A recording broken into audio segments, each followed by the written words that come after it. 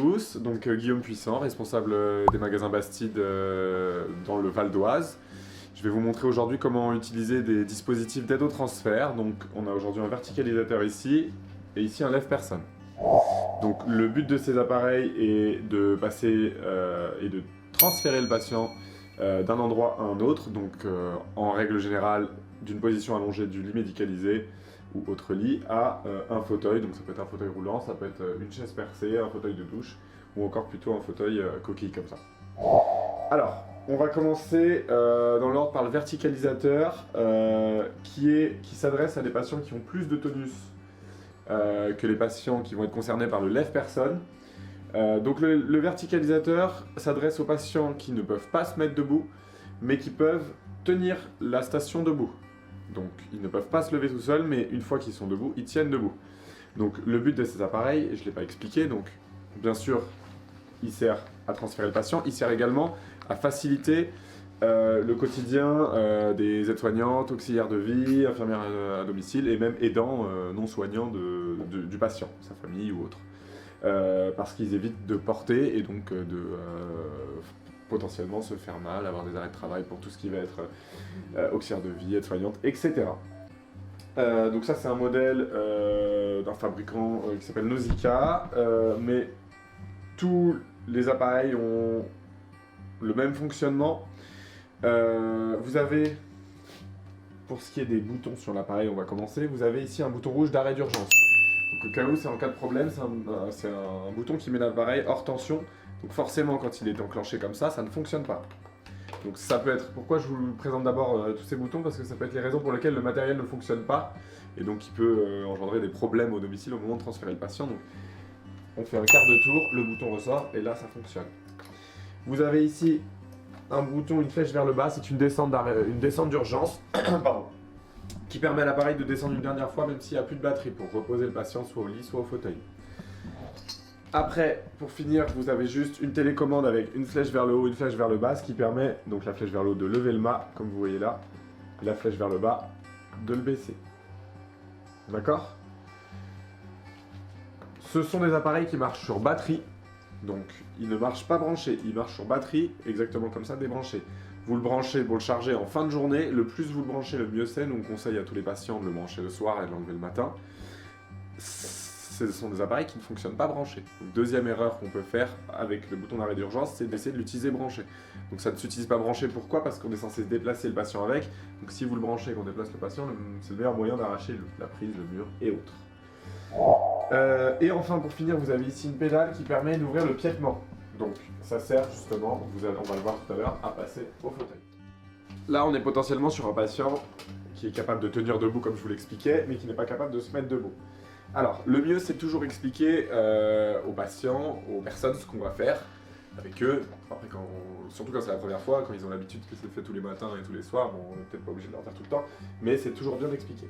Bonjour monsieur, donc je vais vous aider à vous transférer aujourd'hui. On va passer de la position allongée dans le lit au fauteuil. D'accord ? Pour ce faire, on va utiliser le verticalisateur qui va vous aider à vous mettre debout sans effort. Donc je me permets, je vais relever la couverture. Alors, ce qu'on va faire, c'est qu'on va vous mettre en position assise sur le lit. Donc là, idéalement, le mieux, en général, les patients sont souvent des lits médicalisés chez eux. Donc on va utiliser le lit médicalisé pour lever la hauteur variable et avoir déjà une position semi-assise. D'accord ? Alors, on va faire attention. Alors, je vais vous positionner au bord du lit, monsieur, pour le transfert. Venez avec moi. Voilà. Vous pouvez tenir ? Ouais. Très bien. Donc, très bien. Du coup, on approche, comme je disais, le verticalisateur. Donc, on fait bien attention aux pieds du patient, à les placer sur la plateforme.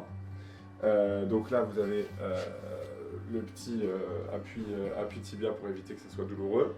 Alors, maintenant, on va enfiler la sangle. Donc, attention, monsieur, est-ce que vous pouvez lever le bras gauche, s'il vous plaît ? Je vous aide. Juste le bras gauche. Donc on passe la sangle autour du patient, le bras droit s'il vous plaît. Donc les sangles de verticalisateur sont des sangles, vous pouvez baisser les bras monsieur, vous pouvez même accrocher les poignets ici. Les sangles de verticalisateur sont des sangles qui se placent sous les aisselles, d'accord ? C'est fait exprès.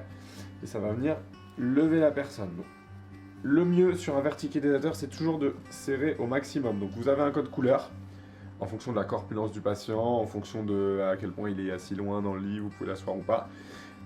La seule règle, c'est d'utiliser la même couleur des deux côtés. Si je choisis le jaune ici, il faudra mettre le jaune ici, pareil avec rouge et pareil avec les autres. Alors, donc maintenant, ce qui va se passer, c'est que vous allez me regarder, vous allez me fixer et au fur et à mesure, l'appareil va vous aider à vous mettre debout. D'accord? Donc vous tenez bien les poignets, c'est l'appareil qui va vous lever, après il faudra juste tenir debout.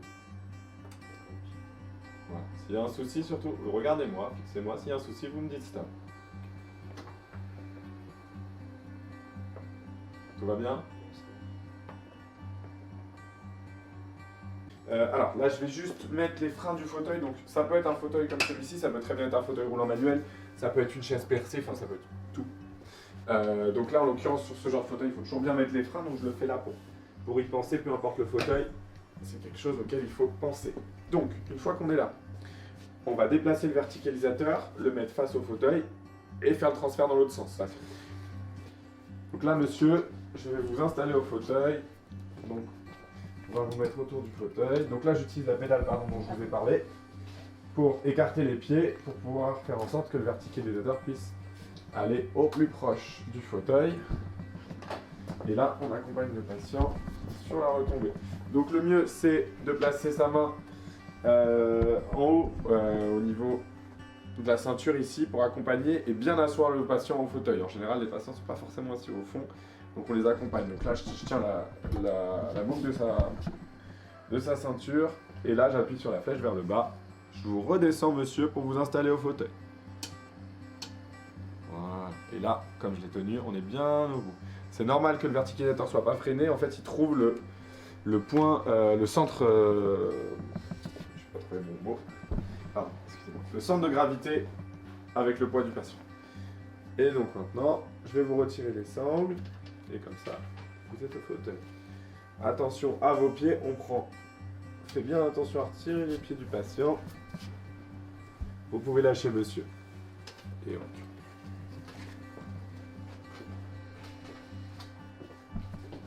Voilà comment se fait un transfert.